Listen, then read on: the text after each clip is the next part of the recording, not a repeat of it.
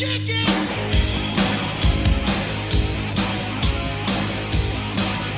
to Best Picture This, where it is always Oscar season. I'm Mike. And I'm Brian. In this show, we reevaluate every Best Picture nominee from the 21st century and sometimes other movies if we feel like it. Any movie that we want, Brian. Any movie. We have that kind of power. But you know what they say? Nice. With great movie watching... with great movie choosing power comes great movie watching. I really butchered that one. Great movie watching responsibility. That did not turn out as planned. There is so much work that goes into preparing for the show, you know? Watching Spider-Man, watching... It's an obligation. Yeah, it's kind of like homework, except fun. It's such a lecture that I feel like, you know, if you were saying that to me in some car on the side of the road, I would just be so rude and jerky and teenagery to you. Teenagery. I like it. So let's recap the Best Picture nominees from 2002. So we've got Lord of the Rings, The Two Towers, The Hours, Gangs of New York, The Pianist, and the year's winner, Chicago, but we're not talking about any of those, Brian. We're not. Instead, we are swinging into Sam Raimi's Spider-Man, which was the third highest grossing movie from the year, just under The Two Towers and Harry Potter and the Chamber of Secrets. Here's the trailer. Not everyone is meant to make a difference, but for me, the choice to live an ordinary life is no longer an option.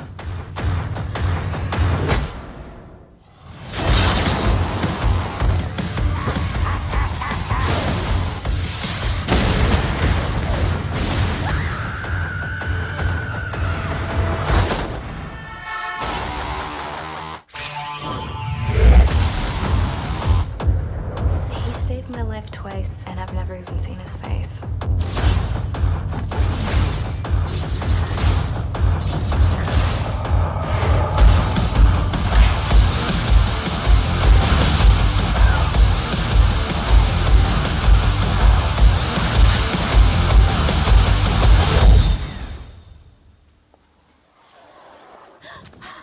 You are amazing. The rock music. Yeah. That's so weird. You don't really get a whole lot of a sense of what the storyline is in that trailer. I think we know. It's Spider-Man. You know, he slings some webs and he sighs. Mary Jane screams a lot. Yeah. But that rock music's weird. There's none of that in the movie. Poor Mary Jane, you know. She has to be the damsel in distress over and over and over again. Yeah. She's got a bad home life, too. She does. Her dad doesn't seem very nice. I'll say that. She has a boyfriend with a nice car, though. That's Joe Manganiello, which I didn't realize before until this episode. You know, he was in Magic Mike. He was in True Blood. He was the werewolf guy. Like, he's a pretty big deal now. And in this movie, he's just got those big sideburns. Does he look like a teenager in this movie? You know. Do any of them look like teenagers? I mean, not Let's really. be honest. Not really. But, you know, I was talking about the blockbusters before. We have Spider-Man. We have Harry Potter. We have Lord of the Rings. But also, Episode 2, Attack of the Clones, came out this year. Big year for blockbusters. That didn't crack the top 3. It did not. Attack of the Clones made $645 million compared to Spider-Man's $822. Lame. Yep. Two Towers made $937 million. What about Chamber of Secrets? Chamber of Secrets made $878. Wow. Million, not 100. Oh, okay. Not thousands. Not thousands. Spider-Man 2002 Sam Raimi version did get 2 Oscar nominations for sound and visual effects. Also, I looked at the Rotten Tomatoes on the trilogy, the Spider-Man trilogy. This movie got 90% critics approval, 67 audience though. What? Yeah.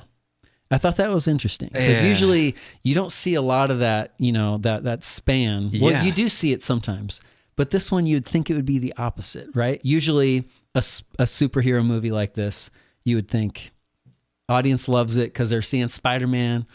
And they did love it. And I mean, third highest grossing. Office, it was huge that year. It got 406. It got 403 million in the USA box office. It also was written by, so this is the first film to gross 100 million in the opening weekend alone. Ever? Yes. Wow. It held the record for biggest opening day ever with 39.4 in one day. It was then broken by Spider-Man 2 and Spider-Man 3. Spider-Man 3 got 59.8 million in the first day. Wow. But it made the least of the 3 overall. David Koepp was the screenwriter. So he is like one of the most successful screenwriters of all time. Not number 9 ever in like billions of dollars that his movies have made. He wrote Jurassic Park. He wrote Mission Impossible 1996, and then he wrote The Lost World, which made tons of money too. Yeah. Also in 2002, David Koepp wrote Panic Room, directed by David Fincher, which I really enjoyed, and that he got $4 million for writing that screenplay, which is it's a lot of money for a screenplay. Yeah, the guy's good. He's also still making movies. He wrote the screenplay for an upcoming Steven Soderbergh movie called Kimi, or Kimi. I will say I don't think that the screenplay is the best part of this movie. I really do not either. Who am I? You sure you want to know? That's one of these things I don't understand. There's a lot. The thing is, it's a comic book script, you know? And I feel like this happens a lot with comic book movies. Like, how comic booky is the dialogue supposed to be? This is a big problem I had. The only problem I really have with the Dark Knight trilogy. I feel like there's a lot of those kind of like, okay, that's kind of clunky, but is it supposed to be clunky because it's supposed to feel like it's just like in a speech bubble there's not a lot of like depth or even sort of natural sounding dialogue. And that's a series too where you might not expect it, because the world of that movie is so sort of dark and grounded and it's supposed to be more heightened reality. I mean, this is not at all. This is supposed to be a comic book, which I like about it, but the dialogue I think is I don't know. It doesn't stand out to me as a strength. There's a lot of problems with the dialogue, I thought. So just to sort of round out the trilogy, Spider-Man 2 came out in 2004. It got 93 and 82 on critics and audience. It was written by Michael Chabon, who is a Pulitzer Prize winning novelist. Nice. He also wrote Wonder Boys. I know you loved that. Oh God. We didn't talk about Wonder Boys on the show. No, we didn't. We were going to watch it for our, was that 99? Was that 2000 series? I forget. I don't remember which one. It was on my list because it was nominated for something. It was not on my list. So I thought, if Brian's going to watch this, I have to watch it. Boys. And ended up hating it. And then I find out later, I didn't want to bring it up because I wanted to see if it was going to be on your top 5. And I was going to rip into you. Oh, yeah. And it didn't show up. And I talked to you about it later, and you said, "Oh yeah, I never even watched it." I didn't get around to it, so I watched it for nothing. Nothing. The Spider-Man 2. Tobey Maguire also in Wonder Boys. Was he? Yeah, huh. yeah. He gets around. Yep. Spider-Man 2 made $373 in the box office, again compared to $403 for the first Domestic. one. Domestic, yeah. And then Spider-Man 3 got 63 and 51 critics audience, so major dip. Yeah. This one was written by Sam Raimi et al., one of 3. And it got 336. So what's your theory on the split critics audience on the first one? Because I think I'm starting to develop one here. I've thought a lot about this because whenever I see a big split, the joke in my household at least is, if it has high critics and low audience, that means Brian will like it. Okay, because you're so intellectual. And that means that the rest of my family will not, and they will make fun of me for liking bad movies. I can see that. I would not be surprised if a lot of those lower reviews are more recent and not from 2002. That's my theory. I think a lot of these people are comparing this to the second one, which maybe they liked better. Yeah. I haven't revisited the second one yet. I'm psyched to. But also, we have so many Spider-Man movies since then, and we have the MCU as its like own entity now. So now to go back at this, MCU has clearly superseded these movies. That's what I'm saying. Tom Holland has blown Tobey Maguire out of the water. I don't know about all this. Let's pump the brakes. But I think that maybe people are comparing the MCU to this, or maybe it's younger people too who didn't see this in its prime and they grew up with Tom Holland. I don't know. 20 years later. Yeah. I mean, 20 years ago. 20 years. Isn't that crazy? That's insane. All right. So in the show today, we'll be giving our Farley Awards for the most awesome moment or thing about the movie. We'll be giving our golden takes. We'll also ask each other one question, which will be designed to be a mirror to make the muscles of truth appear overnight on Mike. Then that'd be so cool. It would be cool. Then we'll imagine what might have been. Other actors maybe, or other directors. And we'll talk trivia. But first, our Farley Awards, our most awesome moment of the movie. And for this, I am going to go with the first big Spider-Man Green Goblin fight at the sort of Macy's Day Parade thing. So this is the first time that we see the Green Goblin suit in full. It's the biggest CGI event in the movie so far, and the effects maybe aren't so great in retrospect. They're a little dated, but I'm into it. I like that. You love dated special effects. This is a common theme that we've noticed. It kind of is a common theme. The more dated, the better, it seems. I'm not going to say the more dated, the better, but I think when they're on this level where it's like, they still work, but you could see a whole lot of cracks. It looks like a video game sometimes, but it doesn't take me. I don't know. There's something. The charming early CGI. Yeah, I like it. I'm into that. But also, Green Goblin kills the whole Oscorp board, and he turns them into skeletons. Did you notice? Skeleton thing? The skeleton thing. Did you like that special effect? Totally. You loved it. Yeah, 100%. It's so cheesy. It's so great. But also, do you think Sam Raimi wanted it to be cheesy? Yeah, for sure. For sure. I did not think he wanted it to be cheesy. I thought he was trying to make it cool. Skeletons, and I think they're even kind of green skeletons. So we get the iconic shot of Tobey running through the crowd, opening up his shirt. We see the logo. This scene, this sequence, it's big. It's colorful. It's campy. On purpose. And I think all of that... You have to add that in, the on purpose. Yeah, because I think that it goes toward this comic book aesthetic that he's going for. I think that's such a key aspect of the movie. And this scene, to me anyway, kind of feels like the culmination of so many other similar stylistic choices he made earlier. Like, I think about that montage where Peter is designing his suit, and you get all of these like really cool picture-in-picture overlays. You get like the close-ups of Mary Jane's eyes just like flashing through the screen, the radioactive spider. It's all great, and it ends with a page-turning screen wipe, kind of like a Star Wars thing, but it turns the page. So X-Men came out in 2000, just 2 years before, and looked like the total opposite of this movie. It's like black leather and it's metal like trying and dark. to be more. It's sort of like pre-Dark Knight, whereas this is what? I don't know. Iron Man, I guess, because Maybe it's not even trying to be in the same world as it's really not Dark Knight. But Raimi, I think, was charting new ground with these visuals. Maybe if X-Men is sort of like the precursor to Dark Knight, maybe this is sort of like the fulfillment of the Adam West Batman.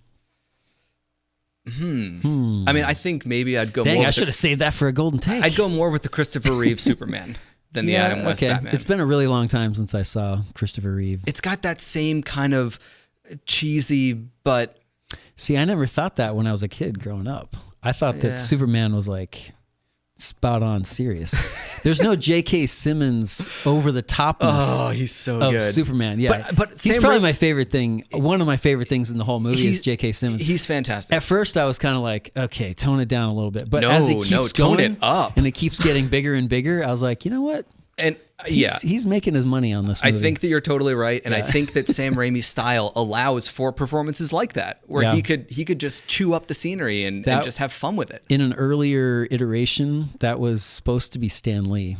He wanted to be that role when they originally were. Okay, this went through so many false starts.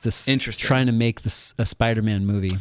I mean, I like all the Stan Lee cameos, but I think he may be better in the cameos. Yeah, I agree. You want J. Jonah Jameson to be a force. There's a mystique about Stan Lee just getting that little Hitchcockian cameo. All right, so back to this scene. Yeah. I brought a clip. Back to page 2 of your notes for the golden takes. Yes, it's only 20 seconds, this clip, okay. But I want to play it, and it's mostly action, so just a quick description. So Green Goblin has the better of Spider-Man throughout pretty much this whole thing. MJ is trapped on a balcony that's cracking, about to fall. And just before, for at least 2, 3 to 4 minutes, it's cracking for a few minutes. It's almost falling.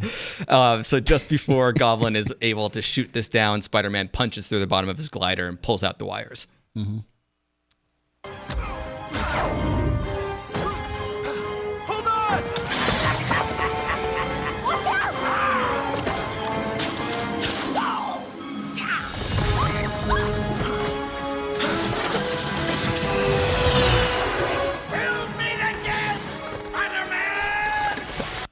I wanted to play it just for the "We'll Meet Again" Spider-Man. It's so good. I mean, if you don't like that line, you don't like this movie. I mean, that's where I'm at here. I will say that's great work by Kevin O'Connell, Greg P. Russell, and Ed Novick. You know, the guys who got nominated for Best Sound. Oh, yeah. The Oscar. Oscar nomination. I love that you had that on hand. So, I mean, lines like that encapsulate everything Raimi's trying to do, to me. Yeah. And it lets Dafoe have fun with that character, too. He goes so big. He's grinning constantly, that mirror scene where he's going back and forth and playing the two versions of himself. So Dafoe big versus J.K. Simmons big. Yeah. Which one is more successful if you had to pick one? Okay, so J.K. They're both going big. They're both going big, yeah. But J.K. Simmons more resembles a human being. Dafoe does not, but I like that about it. Yeah. I like that he's willing to, I mean, look at the mask they give Green Goblin. It looks like it came straight from, you know, a cartoon. Like it's so bright green and ridiculous. If he wasn't ridiculous to pair with that mask, what are we even doing here? So let's talk a little bit about Sam Raimi. Let's do it. Because I did not know Sam Raimi's background. You know, oh man, you did. Yeah, I'm not an early low budget horror guy. Ooh, you're missing out. But I did discover that The Evil Dead, 1981. Mm-hmm. We've been joking. I just said before this show that every movie I say I have to put the year now because of this show. So have you never seen Evil Dead 1981? I'd never seen. Oh man, it's a classic. And I discovered that it is streaming on Netflix right now. Mm. And there's a VidAngel filter for it. It's going to cut out a lot, though. Indeed. And I watched. I didn't stop because I wasn't interested in it. I'll probably get back and finish it, but I wanted to at least see the style, like why Sam Raimi. Why you said in a previous episode, we're talking about Peter Jackson as a low-budget horror director. That every indie horror director should be given the keys to a massive blockbuster franchise. And that's what happened with Sam Raimi here, right? So Evil Dead is Sam Raimi. So in that movie also, I feel like there's a lot of kind of... I don't know if I would say that it all feels campy also. I feel like it's trying to be more serious than this one is as far as the campiness. Evil Dead? Yeah. I mean, I think that there are moments in Evil Dead that are supposed to be creepy. Yeah, but as a whole, I just think... tongue-in-cheek. Yes, and I think that they embrace the fact that we're working with no money here. But the thing is, because the fact that it is low budget, it was made for $350,000. Which, by the way, and I'm spoiling one of my trivias, but I have more, so I'll spoil it. I'm going to go find it. Evil Dead 1981 was made for $350,000. 2007, he makes Spider-Man 3 for $350 million. Ooh, wow. Production cost of $350. This Spider-Man was made for about $100 million. So he was not only given bigger budget, but like over the top, incredibly big, huge, big fat budget. I feel like I was looking for clues of Spider-Man in the Sam Raimi Evil Dead. And I feel like I did kind of see it. I mean, they're separated by like 20 years, you know? Yeah. And he went on to make a lot of different kinds of movies. You know, he was kind of breaking out of the low-budget horror genre, I think, on purpose with some of he made some thrillers. He made Darkman. That's another comic book superhero. Which was partly because he was not given Batman. He wanted Batman. They gave it to Tim Burton because he wasn't a big enough deal yet, Sam Raimi. So he made his own superhero movie, like take that. But I feel like in The Evil Dead, there's a lot of like, the plot is like super fast. You don't take a breather and go to the B plot. There is no B plot. And I feel like there's some moments in Spider-Man where I felt the same, like, we're going... It was an opportunity that I thought that some movie makers would cut to the B plot, and he just goes right on with Spider-Man. Did you miss a B plot? I didn't. But in some ways, I felt like... I mean, I guess that Dafoe and James Franco are sort of the B plot. Yeah, that's basically the B plot. But I felt like, in a way, it was like, you know what? The intertwining plots is sort of like a way to make the storytelling maybe more sophisticated, more intricate. And he's kind of saying, forget that. We're not doing that. Yeah, momentum is key. Yes. We're going to keep the pacing fast. Yeah. You're going to get a lot of information. The other thing that I thought was kind of Sam Raimi signature a bit, and I've not seen all his movies, but that made me think about Evil Dead as I was watching Spider-Man, was when in my favorite... Can I go to my Farley Award? Let's hear it. May I? Yeah. My favorite moment is Peter Parker climbing the wall. The first time. The first time when he climbs the wall. I love when in any superhero, this is why we're here. This is the origin story. So seeing Peter Parker discover his own powers, that's the payoff for the movie to me. And so when you get it and he's looking at those little hairs in his fingertips and he touches the wall and he's starting to go up. And what I thought was very Sam Raimi Evil Dead-ish was the sound, which I think is Danny Elfman composed, right? So when he taps the wall as he's going up, and I'm miming this right now. I'm sorry you can't see this. Yeah. I feel like I'm watching the movie right now. Yeah. You're doing such a good job. I'll try to make the Tobey Maguire expression. So he's tapping the wall and as he's going up, and you hear this like staccato, like, I don't know if it's like cello and something else, but it's very kind of sort of over the top horror sounding soundtrack to it. And I thought, okay, well that's Sam Raimi, the horror director, adding that sound in because it sounds very dark to the point where, and I brought in my 3-year-old and my 6-year-old. I'm like, hey, he's about to discover he's Spider-Man. Come check this out. And my 3-year-old heard that sound and he ran back out of the room because he thought it was scary. Yeah. Interesting. I didn't even think of horror in that scene. And when you brought it up initially, I thought you were going to talk about how Sam Raimi sort of turns the camera and follows him up the wall. This whole active camera thing. That I love that, and that's kind of the continuation of my favorite moment. You know, he starts out with him doing that, and then you follow him up the wall, and I love that moment. I like it when a camera will surprise you like that. Yeah, and it's a perfect moment because you kind of feel like, oh, now I'm with him going up the wall. So anyway, that's my favorite moment. And it makes you realize this is fantasy. Yeah, and that sort of kineticism, that idea that this camera doesn't have restrictions is sort of a point that we made during the Peter Jackson Lord of the Rings talk. Yeah, very true. You know, these are indie horror directors who had to use the camera in creative ways, and they were not afraid to be showy with it. And I think that comes through here. Sam Raimi in Evil Dead also does, there's a lot of like kind of wide angle, there's a lot of weird camera angles in that too, which I thought was really good and kind of elevates it from just like, you know, we're going to try to scare you to like being styles all over the place, something more dramatic. Love it. It really descends into, you know, almost jokish. Oh, you should see the second one.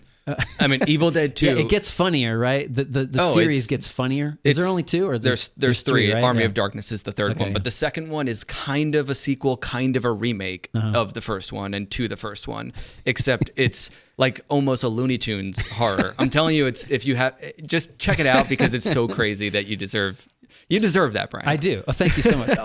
So my what I thought I was doing was avoiding talking about the same thing because I thought you were going to say that flying through the city was the best thing about the movie, which I do like also. As I was watching it, I kind of thought, I wish they didn't cut away so much from it. I wish you could see more of it. Yeah. They developed this camera system that would drop 50 stories on like wires called Spider Cam. Cool. Although they spelled it Spider Cam with a Y. I mean, come on. It's Spider-Man with an eye. They talked about it being ballet in the sky. That was kind of their concept. It's great. And I did think of that. 18 months to create to do just the swinging and the CG and stuff. I thought about it, but I decided in the end not to pick it because I remembered Spider-Man 2 doing it better for one. Okay. But also because my favorite swinging sequence in this movie is the very end after the story is over and you just get the credits, Yeah, you get kind of this coda where it's like, hey, this is cool. Look at that. Why doesn't that count as part of the movie? I don't know. It's like, I just don't think that the big fight, Green Goblin, Spider-Man, the first time meeting, I think that sort of says a lot about what Raimi is doing in the movie as a whole. That other thing is just cool at the end. You can cut it and the movie wouldn't change. Yeah, it's true. The story wouldn't. Yes. Golden takes. This is where we share a take that is not just hot, but is golden. It's like molten gold. Mm-hmm. So what is your take, Mike? 19 years since this released, 12 movie appearances, 12 movies that Spider-Man has appeared in, and 3 live-action portrayals, and Tobey Maguire is still my favorite Spider-Man. Tom Holland's great. Brian, you got to calm down. You're standing up right now. You're balling up your fist. I am about to, do something. Tom Holland is great, but here's my take. He's too cool. I think that he plays it sheepishly cool. I think that he knows that he's cool. And you see that underneath the veneer of, I'm just a wimpy nerd. He's not. I think we all know that he's a cool guy. Tobey Maguire, he's got this dopey innocence to him that I think makes him so perfect. It's the same quality that I remember you said made it unbelievable that he could be with Charlize Theron in the Cider House Rules. Indeed. I think that...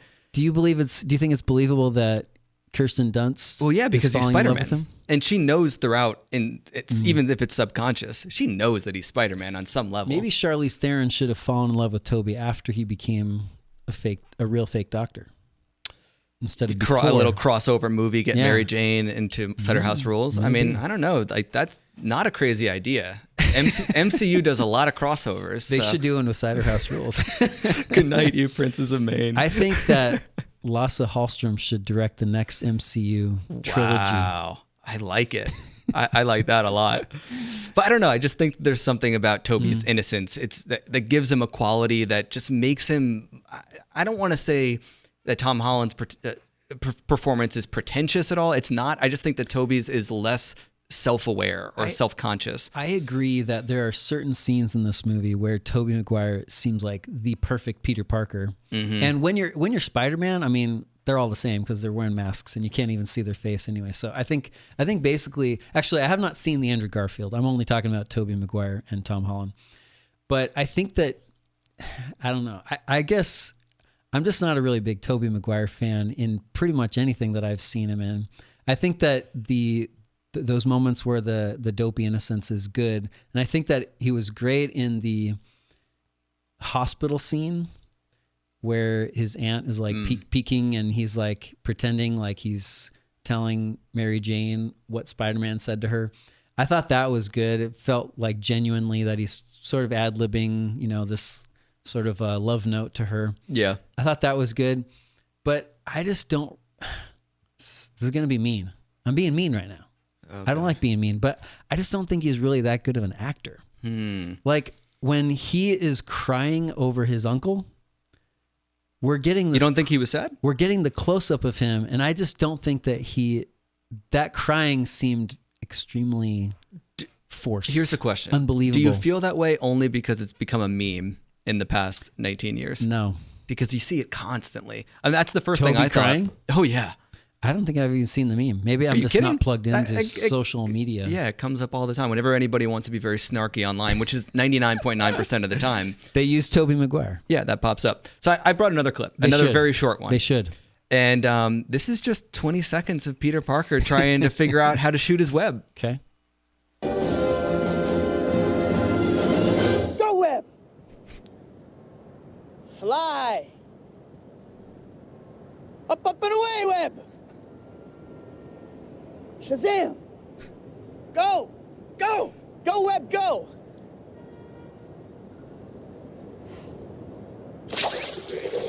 Tom Holland can't get away with that. I'm good with that moment. That's so good.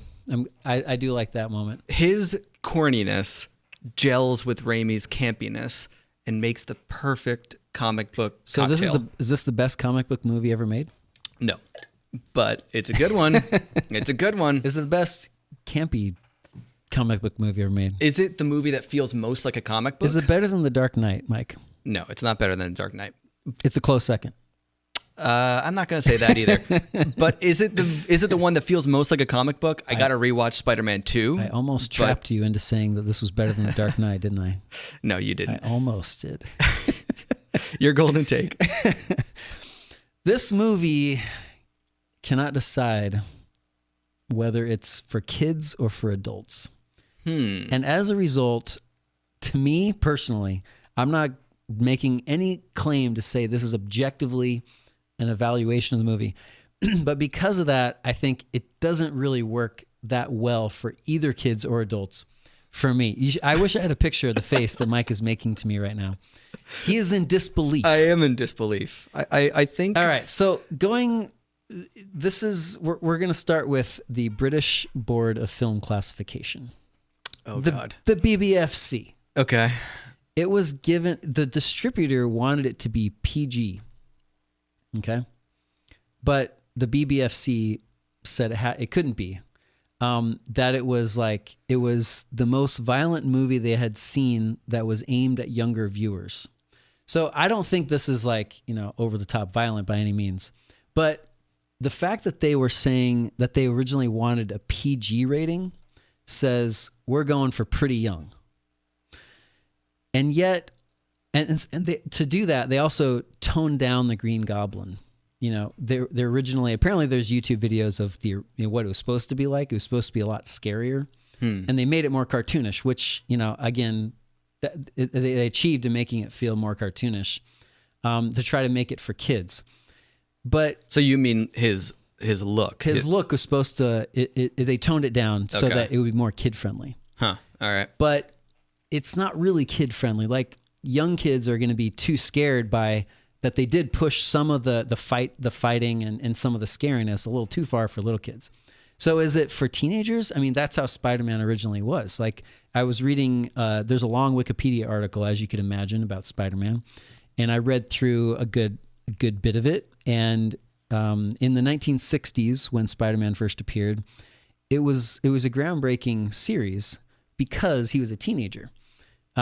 Most of the time, if you have a teenager or a kid, he's the sidekick, like Robin to Batman or like Bucky to Captain America. Mm-hmm. But this one has no adult, protagonist, mentor. This is just the teenager. And he's got all these, he's dealing with inadequacy. He's lonely. He's kind of a loser. And so teenagers could, identify with him. But Stan Lee specifically gave him, he didn't want to call him Spider-Boy. He called him Spider-Man, in part because he knew that it was going to kind of progress. And James Cameron, so again, this movie was going to be made so many times before. In the 80s, it was supposed to be, they talked about it being made in the 90s. It was going to be made again, and it didn't get made until 2002. In the 90s, James Cameron wanted to make it. And he proposed a rated R version with a bunch of profanity and with a Peter and MJ sex scene. Stan Lee gave it the thumbs up. Which again kind of shows you like, okay, so Stan Lee, the originator here, one of them, what does he see Spider-Man as for kids or for teens? Well, I'm or curious for adults? if he's given anything a thumbs down. Yeah, I don't know. Maybe he just likes making money and wants his creations to be everywhere. Yeah. And you eventually do have this kind of character go further with Deadpool, right? He's kind of like a... Yes. I mean, very, very different. Right, but characters. these are like the Marvel character that does go like to the rated R realm. All the other ones are PG-13. Oh, Logan also. Okay, that's true. Yeah. But I guess to me, like, you have the campiness and the serious. They don't really usually jive to me, and I think as I was thinking through it more and more, I think maybe it's because, as I was saying, that it can't really decide who it's trying to please the most. Is it kids? Is it teenagers? Is it adults? Just as an example, Tobey in some scenes seems like a very respectful kid, model citizen at high school. And when he gets into the car with his uncle and he's giving him the great power comes great responsibility scene, I did not understand. It seemed like it came out of nowhere that he was being so negative. Like, would you stop lecturing me? Like, I thought they had a good relationship in previous scenes. They did, but he was wrestling with this thing. He didn't know what was happening with him. He was very stressed out. It seemed to me that the whole thing seems kind of forced. And James Franco, who I think has some good acting coming in his career. Yeah. He was very Hayden Christensen-like which was mentioned by Matt Clay Facebook and Matt Clay on social media brought up Hayden Christensen, and I don't disagree that Hayden Christensen is maybe not. He's terrible in the second movie. I know you love him in the third movie. I love everything about the third movie. But to me, James Franco here, when he's trying to, you remember the scene? He's on the phone with Mary Jane, and Mary Jane's kind of loving Spider-Man, and he's like, "I want to buy you something." Mm-hmm. I'm cringing in this moment. See, I'm like, am I supposed to be thinking that it's all campy, or is it supposed to be serious? Because like, there's some that's not campy. There's some that's supposed to be, pretty serious. Like, I think that Willem Dafoe wrestling with like a split personality, I think we're supposed to be kind of like borderline a horror movie in that moment. And then other times it's not. So I don't know. Okay. I have issues. I thought about the James Franco thing too. And I kind of just decided that I think that it's part of the Raimi aesthetic here, where it's like J.K. Simmons is allowed to play up and be a caricature of that comic book character. So James Franco is a caricature of the whiny teen. Whiny rich kid is Peter Parker a caricature of the whiny teen? No, he's kind of the one exception. Mary Jane's sort of, on the same level, but I think that he has more space to be, a little more fleshed out because he's the main character and he has a lot more to wrestle with. Yeah. But these periphery characters, I think that they serve a purpose, and they get to be the tallest example of that purpose. I have softened on my anti-campy acting, platform somewhat over the years, in part because I think I see that in some movies it really is there to serve as a contrast with the main character that we're supposed to identify with more. And in fact, sometimes it does make you identify more with the main character because the other surrounding characters are sort of in one style of acting and the main is in a different. Yeah. It's almost like a shorthand. Yeah. And so I get that, but personally, it kind of throws me out of the movie, and that's probably what goes on with some of this. So David Edelstein of Slate, a quote that lines up with what you're talking about here. Okay. But sort of on the other side of it, he says, at its best, Spider-Man takes the adolescent yearning at the heart of most superhero sagas and gives it a lovely swing. And this really hit me because I was thinking about this movie afterwards and kind of trying to figure out what about it was so different and what about it I liked so much. And it seems aspirational in a way that you don't get in other superhero movies. And I think it's the high school element like you brought up, but also I think that there's this idea that like these kids are playing grown-ups because we see them in the first half of the movie still in high school and they talk about, what are you going to do after graduation? I want to work in the city. And then in the second half, they're like dressing up to go to parties. That is interesting because they're clearly adults afterwards. Yeah, they have their first crappy jobs in the city, and they're professing their forever love to one another. I really do think that there's a sense of like this is a transitional period, and when they're in the second half and they're supposed to be grown-ups, that they're faking it until they make it. Basically, I don't think that we're supposed to take them fully seriously. I do think that. The fact that this made so much money and it clearly resonated, it does make me wonder, like, what is it? Because again, it's so subjective, right? Would I give this I wouldn't give it a 4-star rating, but would I give it a thumbs up, like a 2.5 out of 4 at least, to give it a thumbs up like a Rotten Tomatoes? Yeah, I would. I think there's a lot of really good things about it, especially that we're seeing Peter Parker discover. What is it? Is it the thrill of seeing Spider-Man, in his element and swinging through, or is it the love story that we, start to feel throughout the movie, or is it like his, relationship with his uncle? Like, what is the element that you think stands out the most to make to do so well in the box office? Am I being clear with this question? That's not even my question, but maybe it should count. I mean, I think partly it's the action. It's a fun action movie with, at the time, good special effects. I love the bouncing off the Macy's Day Parade floats, by the way. Yeah, I think that the love story definitely plays a part because it crosses those quadrants. So you're checking not just the guys who want to see the cool action. I think that was in Gladiator. We were talking about that. The writer said, we knew that the guys were going to love it because the action they're gonna be like, this is awesome. But then we needed to make them a little softer so that the women came in. I think that that's there. I think that the Uncle Ben stuff is just there to serve as like instant karma for him making the wrong decision. Yeah. And that's another form of shorthand, where it's like he learns his lesson immediately after he lets the thief go who robs the wrestling promoter. And then that thief ends up killing his uncle. It's like lesson learned, hero born, done. I also think that this is going back to, again, like a comic book genre is geared typically, I think, to a teenager audience, but it goes into adult themes often. And this one does that too. It's remorse, is your fault that someone died. Like, it's pretty heavy stuff. But it's sort of like a space that a lot of teenagers learn about the world, I guess. I don't know, learn about adult emotions in a form that they're really attracted to. Mm-hmm. Our questions. All right, so I want to ask you about the ending. Okay.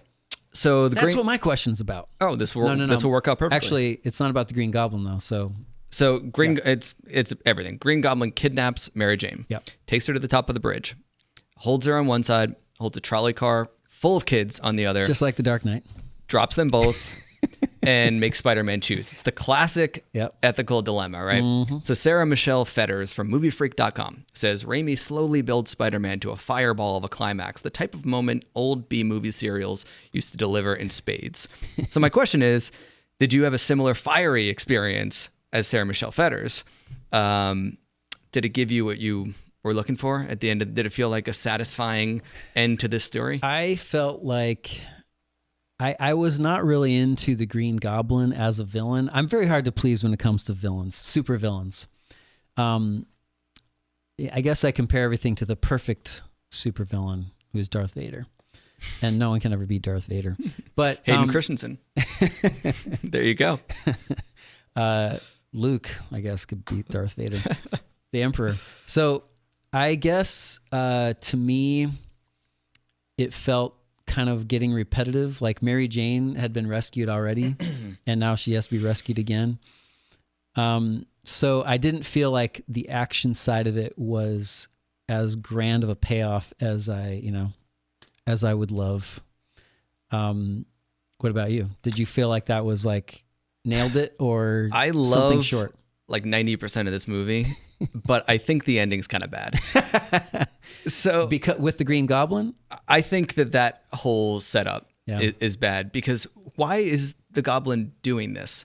Yeah. Why is he posing this dilemma? Does he really think that he's gonna sway Peter to join him? But here's that felt a little that moment passed because he was in the burning building and he said something like, you said no to my request, and now he's mad at him and he wants to kill him. So he says that he wants to destroy him, but then he poses this scenario to like expose Spider-Man's flawed morality, which I don't think makes any sense at all. That's what the Dark Knight is about. Yes. That proving that you are a moral being. Yeah. And in that way, that classic dilemma, I think, works brilliantly. Yeah, it's great. Not so much in this movie. It's great in that because those themes are real. Nolan's trying to explore those themes in a deeper way. This one, it just seems posed like, think about this. Well, but what's worse than that, it's great responsibility, though. So maybe that's what he's trying to get at. Yeah, I guess it's a callback to that. But he drops them. He runs, gets Mary Jane, gets the trolley car in 2 seconds. The whole dilemma is solved. It's very easy. But then, worse than that, he's hanging, holding the trolley car, holding MJ. Green Goblin's still going around talking trash. And speaking of trash, people on the bridge start throwing cans at him. And they say, when you mess with one of us, you mess with all of us. So I read about this. That's straight out of Newsies, But I read about that they added that later because of 9/11. Mm-hmm. So it doesn't work. For one thing, it's this kind of bad Deus Ex Machina where it's like all is lost. How am I going to be able to save them both? And then the New Yorkers saved the day, but by throwing trash at Green Goblin, who's like a super powered guy with bombs and a glider. What is New York trash, man? I don't know. It seems very pandering to me, but I do love the bloody, quiet fight that happens right after it, where they're in the rubble. And speaking of 9/11, during that thing, I'm thinking, what is this building? They're in this like ruined building, and I was wondering, it's because they don't address it, but I was wondering, are we supposed to be thinking, is it implied that this is part of the ruins? I didn't think of that. Of 9/11, like they're fighting in this rubble, and is good or evil gonna win out when everything's destroyed all around you? It is interesting how fresh, how much current events do impact the movie, and how much the marketing. We talked about it with Donnie Darko, also. So that should it matter as much? Apparently, we bring the real world into the theater. We bring it in. I think that that's the point. And with that bombed out building, or so it looks, it was not meant to be, post 9/11 destruction, because this movie stopped filming in like July of 2001. So before this even happened. So I don't know. Throughout the movie, I found a few different spots where I thought, like, this is a 9/11 reference. In the montage where you see all the New Yorkers talking about what they think of Spider-Man, there's this one scene where a guy is talking in front of what looks like Ground Zero. I don't think it's Ground Zero, but it's this huge pile of rubble behind him. So it's like, I don't know if that was just a coincidence, or if these are sort of subliminal messages to kind of raise the stakes of. They were very conscious of it. They had to take out the two towers in, Spider-Man's goggles.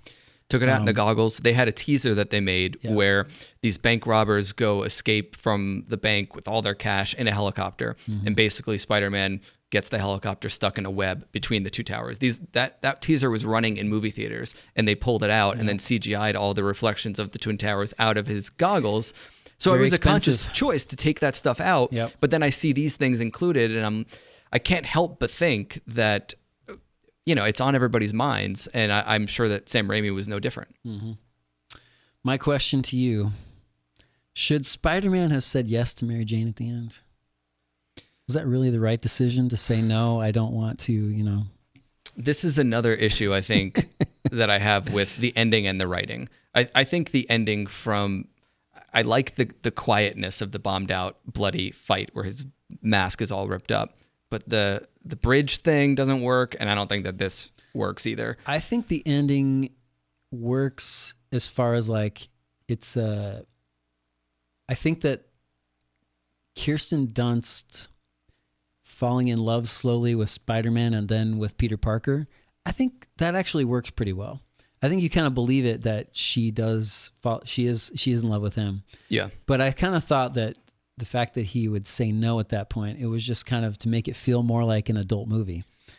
Why not just let it be a happy ending there? He gets the girl. Yeah, because he knows everybody he loves. He can protect her. He already has protected. And that's the thing. This is his This is his first villain, and this villain is dead. So he doesn't really have any. Are you excited for Alfred Molina coming in the next one? I'm really excited. I wish that Spider-Man 2 was in 2003 instead of 4, so that we can watch it next year. They talked about putting Doc Ock in this movie too, but it was too much. Yeah, wait until the special effects get just a little better. It already is a little bit.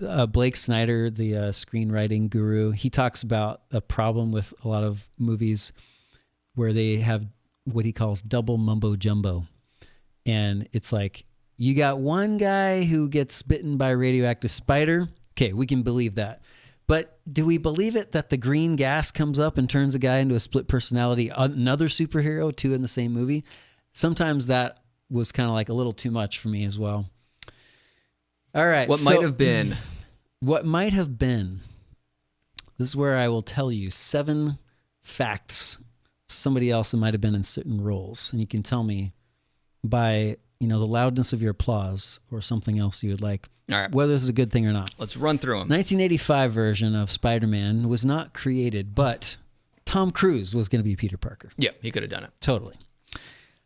When James Cameron was planning on making Spider-Man in the 90s, he wanted Leonardo DiCaprio. No, I'm going to say no because I think that it's the Tom Holland thing. I think that he's too classically too cool, good looking too and Gatsby. too cool. Yeah, he's too Gatsby. Number 3, another director who was going to possibly make this one in 2002 was David Fincher. And what I'm going to ask you is whether you think that David Fincher's idea was better or not. He was going to have the origins happen during the opening credits instead of the first half of the movie. You think that's too long, or you think that's good that they draw out the origins that way? Well, you're assuming the origins would be very long. The origins in the Sam Raimi version take 54 minutes. Yeah. So the first half is him becoming Spider-Man. Mm-hmm. David Fincher, it was going to be in the opening credits, and he would just go right into the night Gwen Stacy died. That was this comic series. Oh, so Gwen Stacy. So MJ wasn't even going to be in it. Totally different world. Yeah, I mean, it's sort of a mashup of Gwen Stacy and MJ, I think, in the actual movie. I would say with 2021 eyes, that's the better choice. But this was back in 2002. Yeah. Origin stories weren't I was so relieved that Tom Holland was not doing the origins again. Oh, yeah. But and watching it in this movie, they kind of felt quaint to me. Like, I'm like, oh yeah, origin stories, because we finally sort of have gotten away from them. We saw... Everyone knows the origins already. Yeah, we saw all of them. Now we're past it, and it's in 2040, crossover time. Maybe 2040 we'll bring them back. Do origins again. But like, it's the same thing with Batman. How many times would to see his parents at Zorro? Enough's enough. True. Number 4. James Franco auditioned for Spider-Man in 2002. He's selected for Harry Osborn. Think James Franco could pull off Spider-Man? Peter Parker? Let's leave him as Harry Osborn. Yeah, I think so too. Yeah. Number 5, Robert De Niro, Green Goblin. Why not? He could do anything. Come on. He's got a New York accent. John Travolta as Green Goblin. Yeah. John Travolta comes up in so many of these, considered but wasn't chosen. Yeah. I'm trying to think of movies where John Travolta is awesome besides Pulp Fiction. I don't know.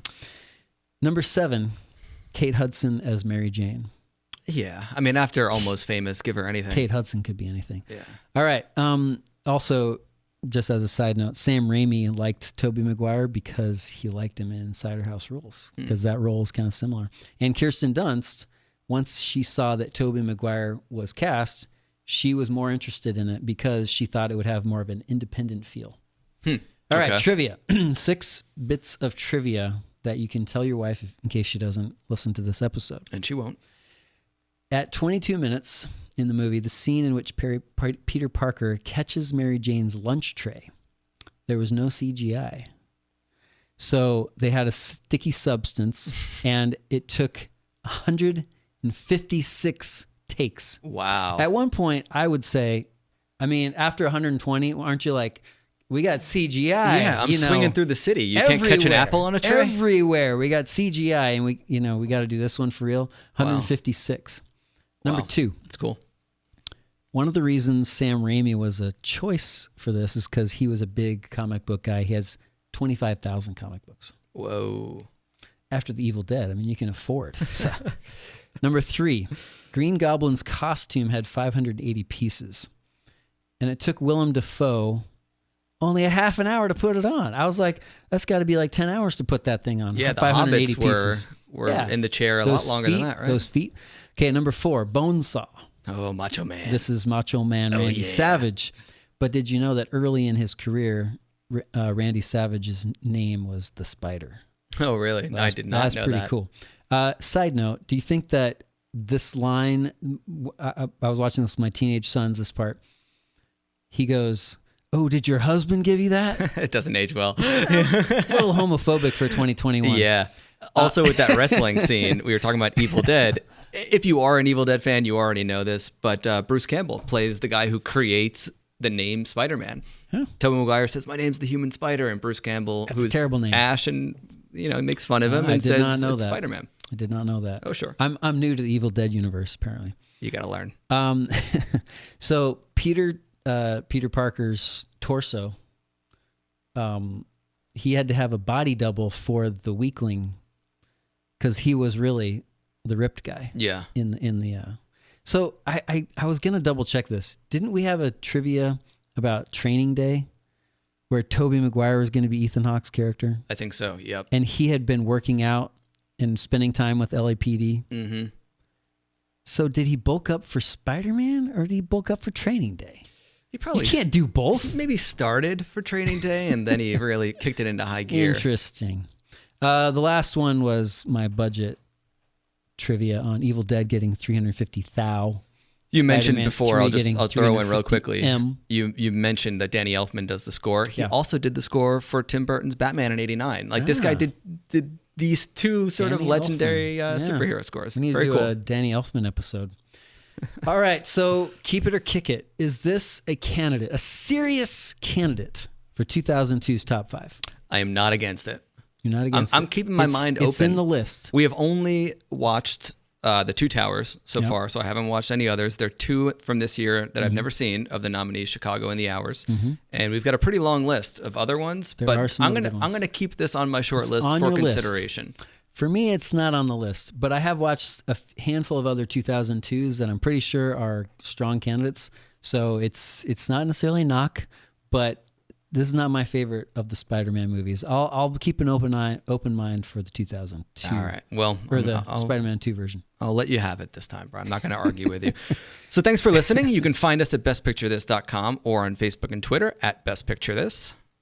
If you want to support the show with cold hard cash, visit patreon.com/bestpicturethis. And thanks to WNZF and Mark Gilliland for producing. And please remember to rate, review, and subscribe to the show on Apple Podcasts, Spotify, or wherever else you get your podcasts. Until next time, if you have a chance to listen to Best Picture This with Mike and Brian upside down in the rain, do it. You will not be disappointed. Will MJ be there?